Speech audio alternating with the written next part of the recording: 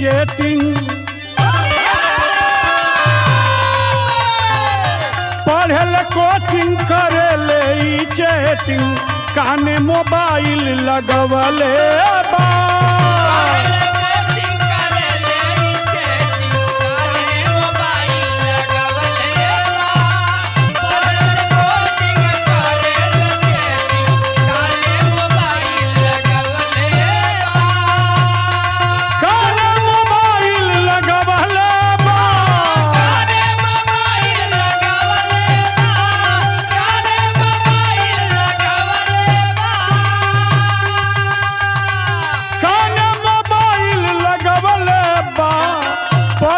coaching करे ले chatting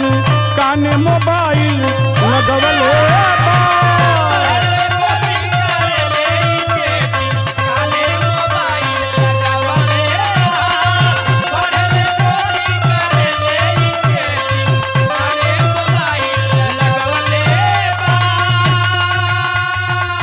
Facebook पर फ्रेंड बना के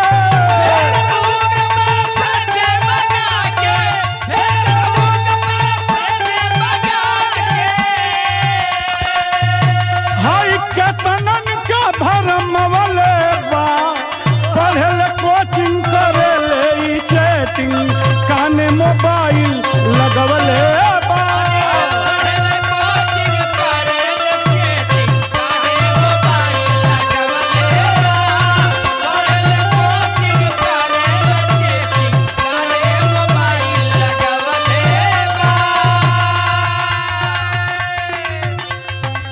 टेम्पू में घूमे टैक्सी में घूमे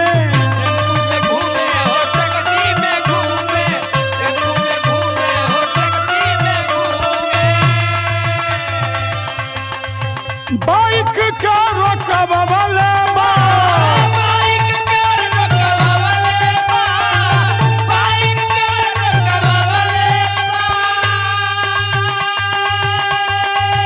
देश विदेश में घूमे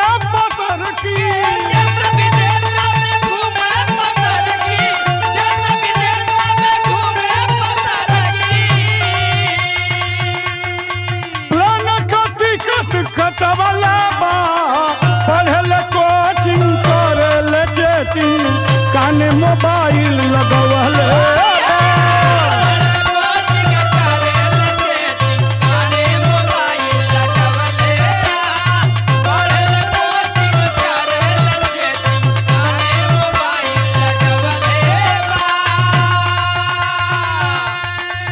मोमोज खा ले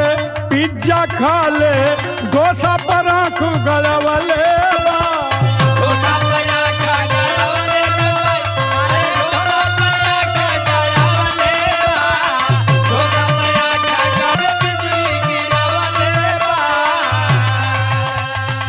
रंग अबीर लगा के देखो